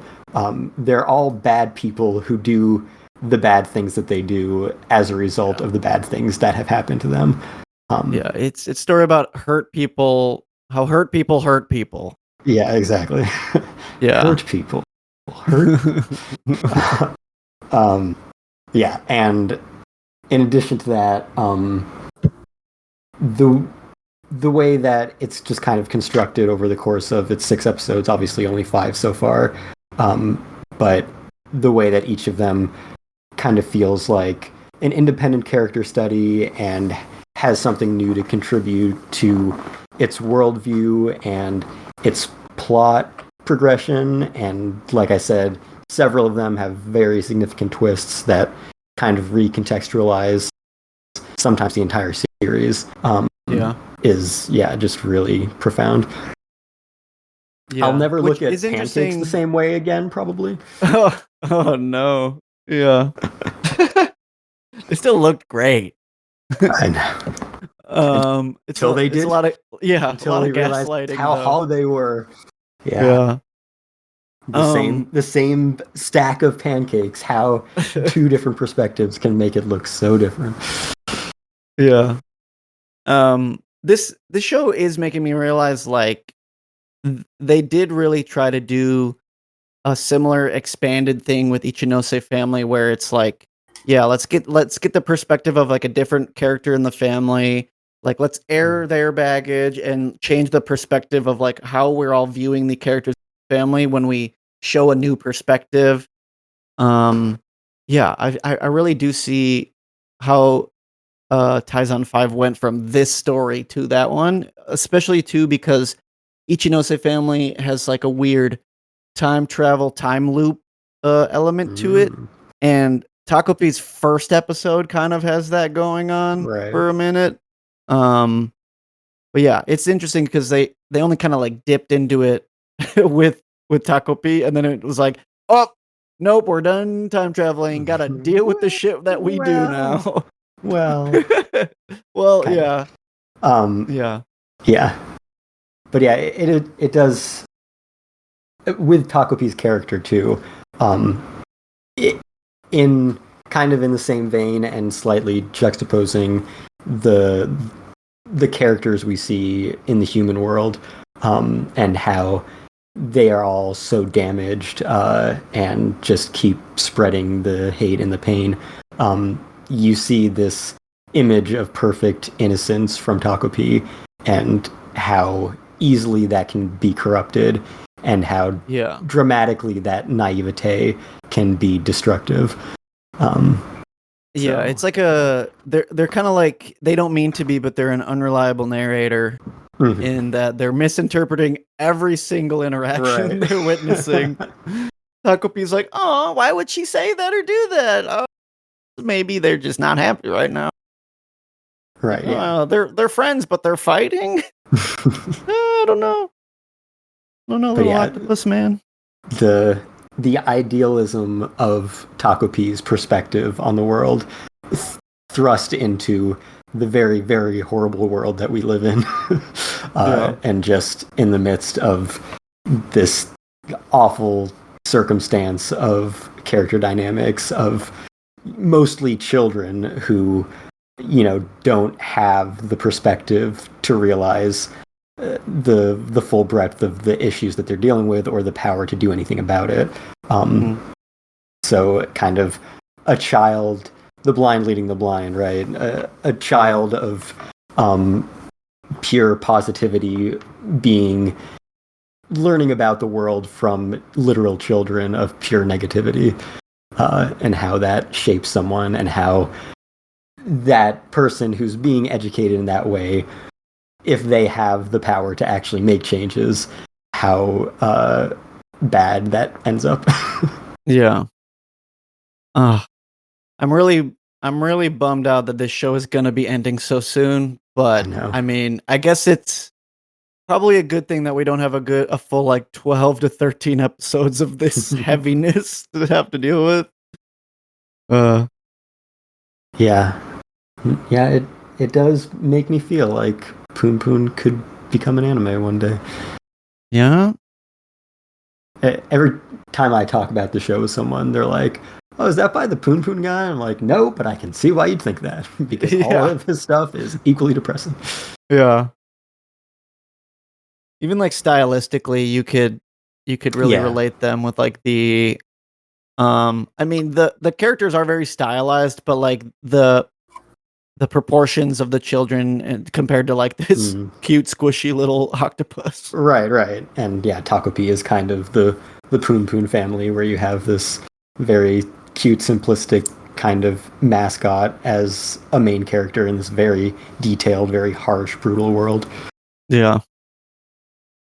And yeah, it like I kind of alluded to, it has a little bit of overlap with Madoka, especially like every episode, that one shot of the in the ending where it's just like Takopi's face and not the body always makes me think of Kyubey. True. Like the full screen. Yeah, exactly. Yeah, the full screen, just Takopi face. But yeah, the series in general, it could kind of, catch you off guard for a second, but it's not like 3 episodes that will make you think it's something else. It'll be very clear about 3 minutes into the show that it's very dark. So at least it's not quite playing with people's emotions like that. It gets you prepared pretty early on what you're dealing with. Yeah. Takopi, it does not realize, though. Takopi will go 6 episodes without realizing that it's a dark show. Yeah, probably. Good for you, Takopi.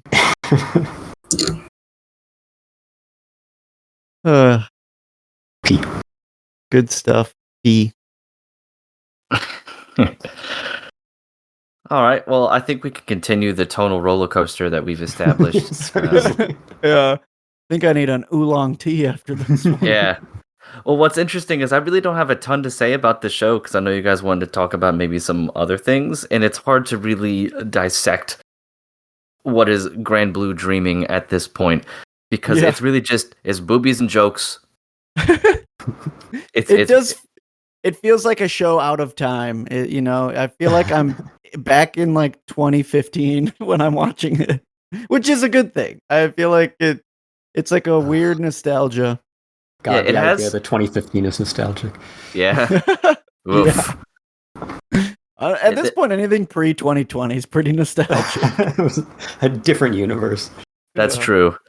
I think the only thing I can really say about this show, other than I think it's hilarious and I love it, especially all the drinking and facial expressions, is it reminds me of what my one friend said about Shaun of the Dead, where he's like, it's not the best movie, but it's the perfect movie. In the way of it being like, it does everything that it wants to do, and it does it perfectly. And I feel like Grand Blue Dreaming does that. It wants to show you boobies and faces and jokes, and it does that nonstop, 24/7, 365. Yeah. It's not not hiding what it is. Yeah, it's not is trying to funny be something it isn't. Because it does present itself initially as a diving series, and it is very much not that ever. What do you mean? It is a diving series. Did you not see the people get their licenses and put on the put on the suits once or twice? The wetsuits? Our boy got his license and took his not blood related sister out diving. Yep. Oh man. Also, I don't know. I don't know if this could work. I don't know, but I would unless it already exists, because I just watch it in the sub. But man, if this had a dub of some of the stuff that's happened this season, especially with the sister and like the joke where he keeps giving the guy money for no reason, and it's just, what's the money for? What's the money for? Yeah, I don't think it has been dubbed. It would be incredible. Like, I imagine this will be one of the more fun dubs you could ever be a part of because of just how stupid and raunchy all of the jokes are all of the time. But yeah, it's just like, if you like the first season, you'll still really like this. It does everything that the first one did, and it's not old yet.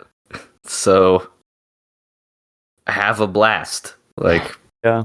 I love that it still looks like it's also from 2015.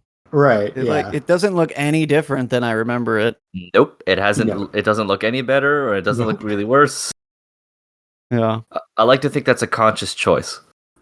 Yeah. Kind of like how every season of Konosuba, even though they're all by different studios, just looks like fucking garbage, because that's just the intentional aesthetic of Konosuba. Yeah. Just a shitpost. The animation and the other stuff is really just placeholders between the incredibly intricate facial expressions. Yeah. Which I will mention, because I have been reading the manga of Grand Blue before any anime existed. Yeah. It does look amazing in the manga. I do love that about it. And I don't love that it doesn't look amazing in anime. I still love the anime for sure, but it was an aspect that I lament is missing, and especially occasionally they do dive, and those scenes are really gorgeous in the manga. I think it is better looking than most of the anime when they get to them in the anime, but yeah, I wouldn't hate it if the anime looked good. I don't think it kills it, but yeah. I need a little more detail on their like Eren Yeager Titan faces. Right. But yeah, just for some context, it is near the bottom of my list. I haven't been a huge fan of the first few episodes plot wise, but like I still enjoy it for the most part. I'm sure there'll be more things that I'm into. Wasn't a huge fan of the sister subplot or the first episode with Iori Chisa being like a will they won't they like right away, but it's still a funny show. Yeah, it's from my perspective, having read all of this in the manga, obviously I know kind of all the jokes that are coming, and I think generally maybe it's partial bias from having experienced them in that form first, but I think generally they play out better in the manga. But I still legitimately laugh out loud every single episode, so it's not rough to get through by any means. Yeah. Indeed. So I know that you guys want to talk about, what is it? Well, I know Kate's watching stuff, and if she wanted to have her power minute. Power minute. Oh, I'm here? Yeah. Yeah, you are. Yeah. Okay, we'll have the polar opposite of thing that looks worse than manga, where a thing that looks better than the manga, which would be Ruri Rocks. I think the subtitle is Introduction to Mineralogy. Ruri Rocks is based on the manga, which is running in Harta, one of my favorite sources of all things of manga, and it is a story about a girl in high school who meets a girl in graduate school who is studying rocks and minerals, and the girl in high school likes the shiny rocks and decides she wants to go find all the shiny rocks. So she kind of ingratiates herself with this college girl, and they go off and they look for shiny rocks. And that is the show. So it is, 5 minutes of geology lesson combined with 10 minutes of Ruri herself being an obnoxious twit, and with the remainder of the time being gorgeous scenery and ridiculously pretty shots of the girls fawning over beautiful rocks, and the hilarious added fact that two of the characters are completely stacked top to bottom. Like there is no reason for this girl to be this busty or stuffed into those jeans that she's wearing, but she's just out there doing her thing, and and the animators love to look at these girls doing their thing, and it's not, weirdly doesn't come off as skeevy. It just comes off as these girls are ridiculously proportioned, and and that's kind of funny because they're done in a relatively cutesy style. Like, they're not done in a haha titillating, style. They're done in these girls are cute. I'm looking respectfully. Yeah. It's and they're just out there doing their thing and imparting science. So that is the first episode goes so hard in the animation. It was just like, what? Why? This is a show about rocks. Like, literally, this is a show about rocks, and not every episode has been up to the every second looks amazing that the first episode of the opening animation looks, but they do save all the they do save the money shots for the money shots where they find the really pretty rocks, and they're like, ooh, the pretty rocks, and then usually there's like gorgeous sunset happening behind them as Ruri's just bouncing around as the most animated creature that ever existed, and it's just yeah, kind of ridiculous, but also like with all of the depressing shows that you guys are watching this season, it is just pure joy. There's nothing bad is happening in this. They fall into an open mine shaft and they only fall like 5 feet. There's a flash flood warning one night, but they're nowhere near it, and they go back the next day and the river's full of gold. It's like it's all of the best like disasters that could happen. And they tell people why you should wear bells on your backpacks to scare the bears away, and why not to go trespass on closed private property or go in a mine shaft. Don't go in a mine shaft. They do not go in the mine shaft. They're very clear on don't go in there. That's dangerous. And then they fall into one anyway. But as one does. As one does. Wandering around in mine country, maybe not the best idea if you don't know where all the mines are. But yes, that's Ruri Rocks. It is very enjoyable. It is a palate cleanser I think a lot of you guys need. Probably. Listen, I don't think Hikaru is that much of a bummer. Takopi is the only thing on my list that I think is like... Takopi is a huge bummer, though. It's only 6 episodes, it's fine. Yeah. It sounds like it's a huge bummer, but Hikaru could be winding up into a major bummer. It's just not there yet. Yeah, it's not there yet. It's fine. But it's not there yet. This is all gonna go bad, but it's not there yet. Yeah. This Ruri Rocks does give off the cute girls doing nature things like really well. I mean, the one clip I've seen from that first episode was so overly animated. I was like, Jesus, how is this? Well, like, what is this show's about? Girls looking at rocks. This girl's like jumping up and down so realistically. I couldn't even. I don't know. Yeah, the show goes ridiculously hard when it doesn't need to. Nobody probably expected it to, kind of situation, and they were just like, "Hey, check this shit out, flex." Yeah.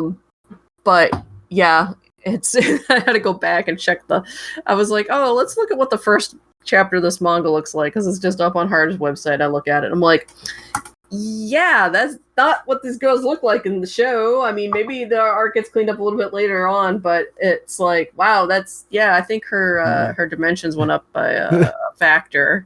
The Yusuke Murata approach to adaptation. So that Ruri Rocks. That's my one feel good show number 1. Feel good show number 2 is Secrets of the Silent Witch, which is an adaptation of one of my favorite light novels that is currently publishing. And it is, everybody keeps calling it Bochi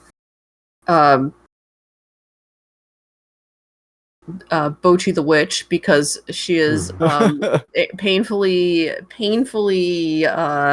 social anxiety, doesn't want to deal with anything, and she's also perhaps one of the most powerful mages in her entire country.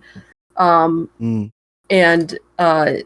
Monica is precious, and she is a math wizard, and because their magic is basically based on math equations, and she learned how to silently cast magic because she was so painfully shy that she couldn't pass her mage exams because she didn't want to talk in front of other people. So she just decided, no, I'm just going to do this shit quietly and not say anything. So she casts silently, and she's the only one that does that, and that's why she's the Silent Witch. So she was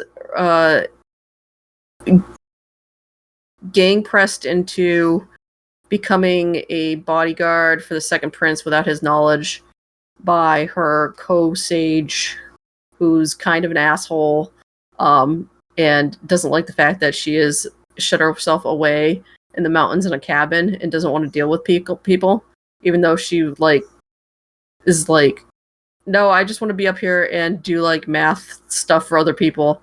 And he's like, no, because I don't want to deal with being a bodyguard for the second prince.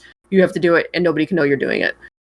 And so she gets re-enrolled in school, considering she's already actually technically graduated. So literally, like, how do you do fellow kids? But she is actually a kid.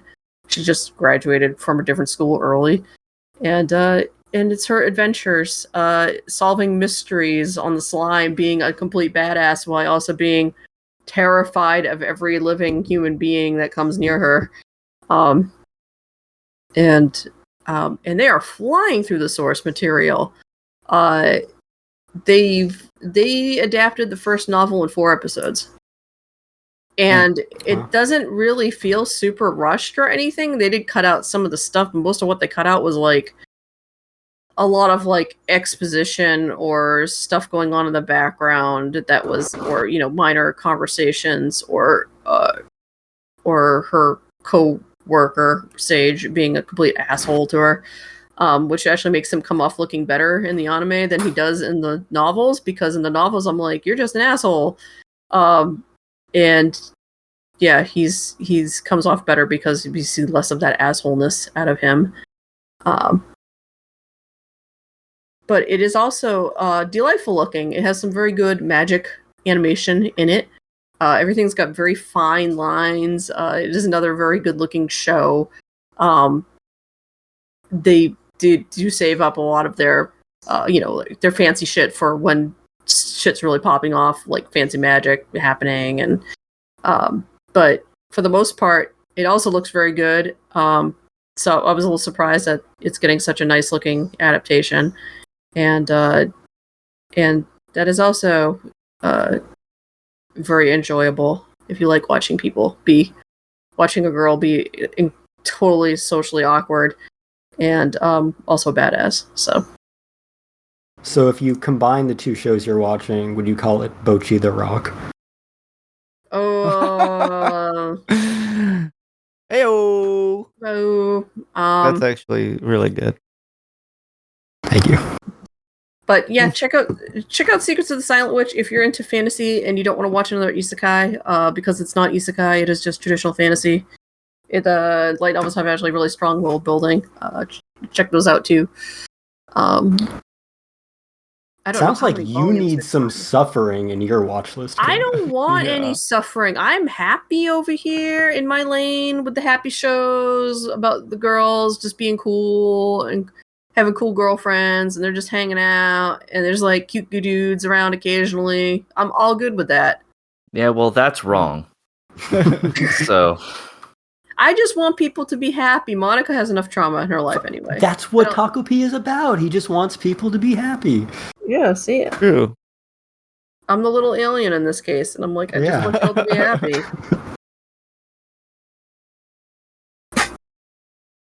Anyway, I'm reviewing both of those shows, so check out my reviews for more in-depth thoughts.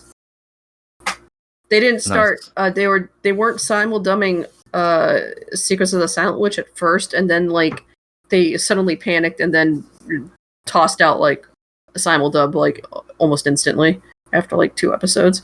So nice. Well, I'm glad one of us is having a good time. So, but I should watch City too. I should get all in on the happy train. 100%, you should watch City. Yeah, that one's pretty unequivocally happy, so that one's fine. Unless you would get upset by having noodles in your bag. I mean, no, that's just how that creator rolls, Yep. Yeah. Alrighty. Did you guys want to talk a little bit about Kuma Piece before we call it quits? I don't know if you can or if you can't. I mean, we can always jump in at a later time. I don't have no idea what this even is, so all's in your court. It's One Piece. I just think okay. it should just be acknowledged that we had the yearly best episode of all time that One Piece tends to drop. And yeah, they just did that. Excellent. I thought the punchline was going to be, and then they did it again the next episode. Yeah, that's true. It was an alley-oop situation. But yeah, this whole I know the new Egghead arc has been going on for a while, but specifically the Kuma backstory has been the main focus for like the last dozen-ish episodes. So that finally all came to a head and like basically wrapped up his backstory in a nice, beautiful bow.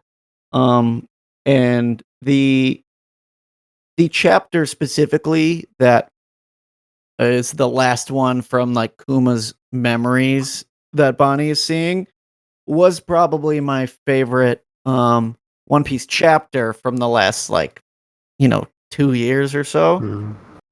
So I was very, very anxiously awaiting that specific payoff, and boy howdy. I gotta say, I knew they would knock it out of the park, but damn, dude, I was a blubbering fucking mess by the end of that episode. I was just my girlfriend sitting next to me, reading her book, and she looks over and I was like, "Are you okay?" And I'm like, "No, this is the best show I've ever watched."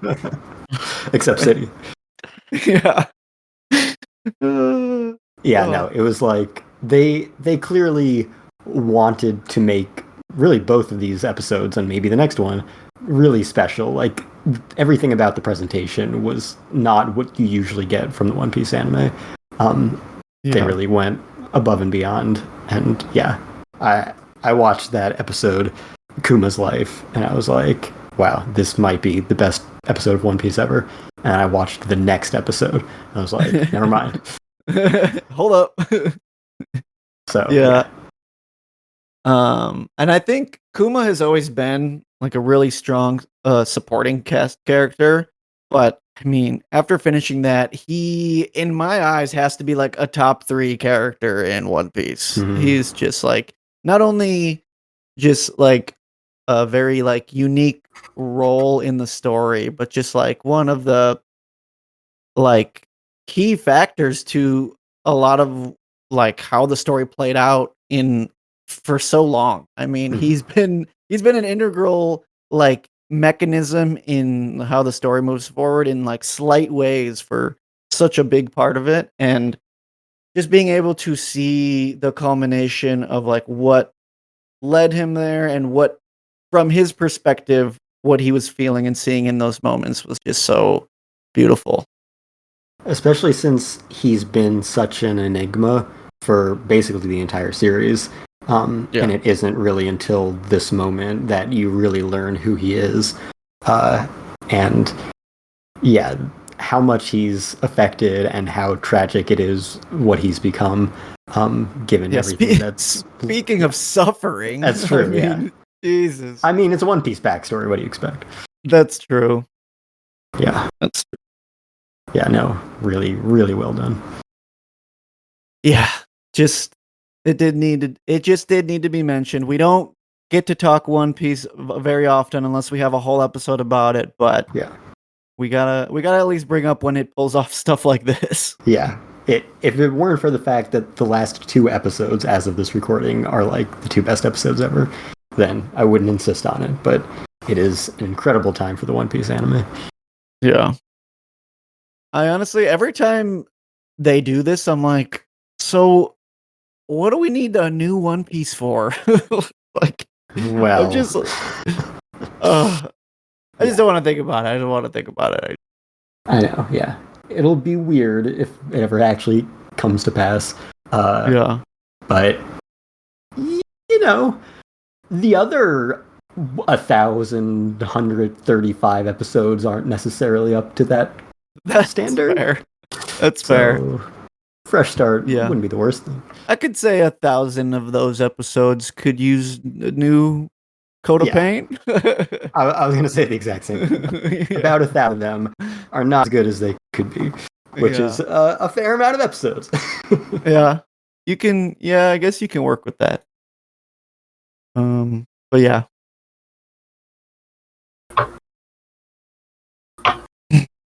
Well, I'm glad you're enjoying it. So thank you. Yeah. I will live vicariously through you. Yeah. Did you have any other shows you needed to talk about, Kane? Not really. Team Gilbert can't keep taking these L's. Fair. But that's all I got to say about that. Yeah. Come on, Ann. Yeah. Figure it out, Ann. Figure it out, Ann. And I am still reading the book, and it's still very good. So nice. Are you trying to keep in pace with the anime, Or God, no. like, No, the pace of the anime is insane. That's yeah, the only other thing I wanted to say is I feel like, especially now, the comments about the speed of the pace is starting to hit, because there's just like so much happening and characters are popping up with like, he wants to marry Anne. And I'm like, who even is this? yeah. No, So I feel that it's definitely.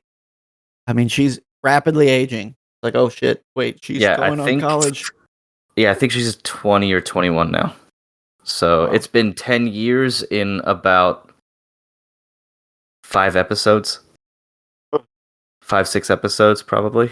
So Damn. yeah, they really picked up the pace, and you can feel it now, unfortunately, but still really good. I think it encouraged me to read the books, so why not? And Yeah. hopefully Gilbert wins. He'll get his shine. Yeah, so we will see. But that's about it. So if any of you guys had any recommendations, feel free to fire them off. If not, we can call it a week. Oh. I guess since I finally watched it, K-pop Demon Hunters is in fact very good. It's a lot of fun.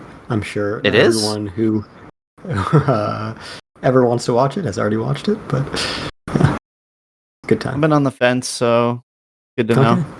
There you go. I enjoyed it a lot more than I thought I would, because I don't know Yeah. anything about K-pop or anything. Same. So Yeah.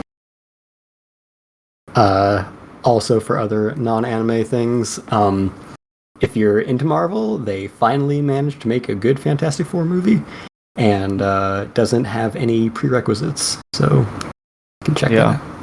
I need to go see that and the Superman movie still. ugh, woke. I know. Super woke. Woke man, you mean? Woke, man. God, people are so freaking dumb. Jesus.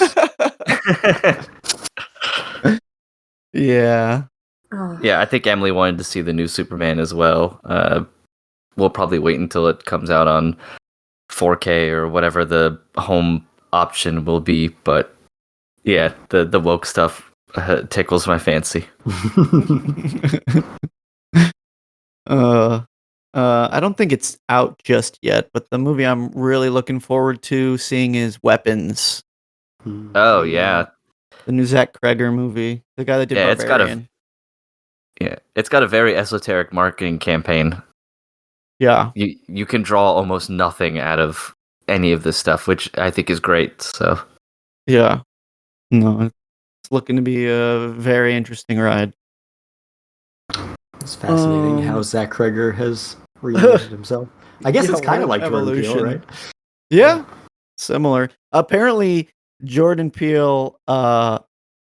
There was a story that like there was a bunch of people in a bidding war for the script for this, and Jordan Peele's team like fumbled it, and I don't know if it actually happened, but apparently he like fired like his team because they failed to get this script. Wow. So like it was a hot commodity in the horror world.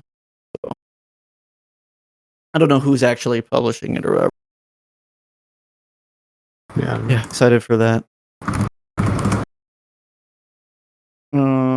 I guess in terms of, since I'm watching so much stuff, we don't have time to talk about everything, but I will say quick shouts out to My Dress Up Darling season 2. Yeah. I feel like that show has been pleasantly really nice. I feel like the direction of it is like even better than the first season. Yeah, really fluid animation.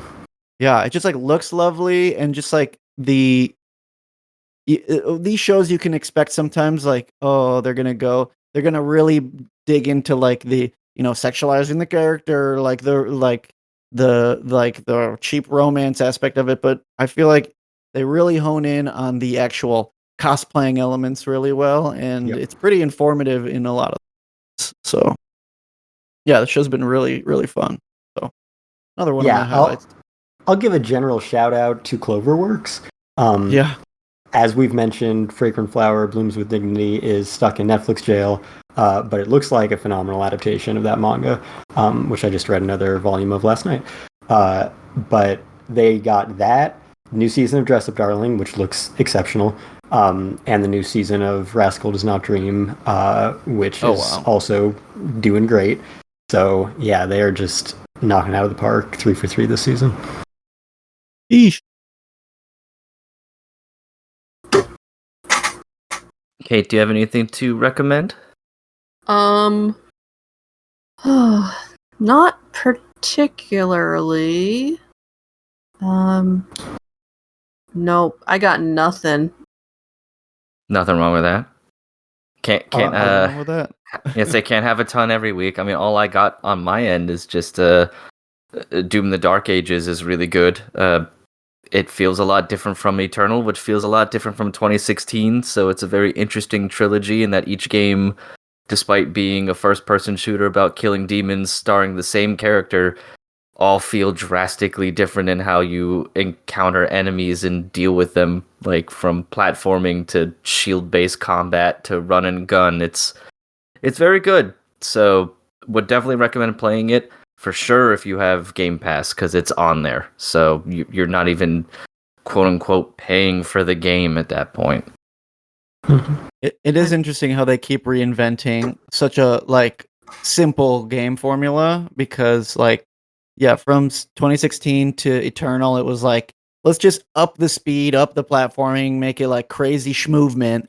And then they're like, what if we slowed it down and gave you a shield? Yeah, so now you're more of a tank. Yeah. Yeah. I really enjoy that they... I mean, 2016 is probably still my favorite for its simplicity in everything, but all 3 games are very enjoyable and good in their own right, without feeling like anything is being recycled. Probably, though I'm glad they got rid of the whole you need a certain weapon to kill certain enemies thing from Eternal, because that was annoying occasionally, even if it was good in terms of making you use guns you normally wouldn't. Because right now, with the Dark Ages not having that, I basically only use 3 different weapons, despite the game giving you what feels around about a dozen. Yeah. So I appreciate what they were trying to do in Eternal by making you use other stuff to encourage different playstyles and sort of exploring what is possible. But it did feel a little weird that the only way they could come up with that is to basically corral you and make you use different weapons. But yeah, so that's all I really got for recommendations. I'll just tie back into the season for one more recommendation for a pair of 15-year-old anime soundtracks, because by far the best thing about Panty and Stocking has always been the music. You don't need to watch the show. In fact, it's not even that well utilized in the show because it just cuts every few seconds. But the tracks themselves, if you like EDM, which I didn't think I did, which either means that this is exceptional EDM or actually this is completely average EDM and I just never give it a shot. But I love those soundtracks, so I'm going to recommend those. Nice. Excellent. Well, at the very least, we have a pretty good mix of different recommendations and stuff. And as always, watch whatever you like for the season, but we definitely have our favorites here and would recommend checking them out wholeheartedly, especially if you want to suffer a little bit.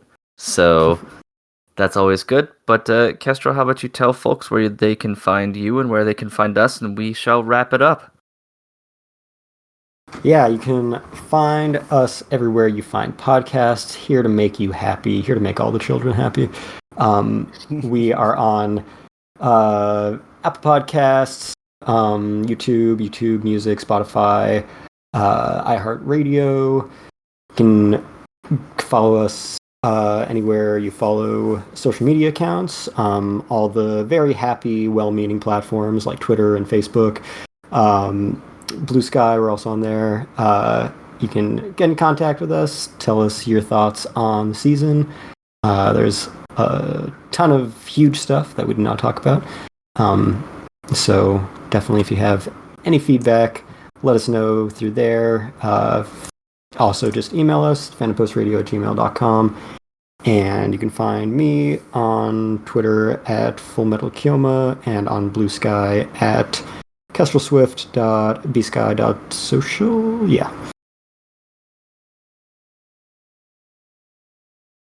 All right, Bran, how about you? You can find me at Hellshake Brando on all of the socials and right here. And Kate? You can find me at thefandompost.com, and I am on Blue Sky at SonicBug. If I'm anywhere else on the internet, it's SonicBug. And I don't know, that's me. I already said what I'm reviewing. All Very right, good. I'm reviewing Dandadan. And I think I mentioned last time, but I also interviewed the director of Dandadan. So you can read that as a companion piece. Nice. Very good. And as usual, you can only find me here. So, hope everyone is having as good of a season as I think we all are. Lots of good stuff to watch out there. And as always with our recommendations, lots of good media just to partake in. But also make sure you get outside and check out some butterflies and stuff. Gardens are looking good. So, would recommend that in between episodes of Takopi. Maybe give yourself a little sunshine to work with, it seems. I can firmly say Kane's garden's definitely probably looking better than my garden, so. Every garden has value to it. I appreciate all. But, alrighty. Well, as always, thanks for watching, and we will talk to you next time. Yeah, watching. Sorry. I'm thinking Have you about... been on camera this whole time? I don't know. That's for you to find out. But alright, then we will talk to everyone later, and have a good season, and enjoy whatever you're watching. Bye. Bye-bye. Bye. Bye-bye.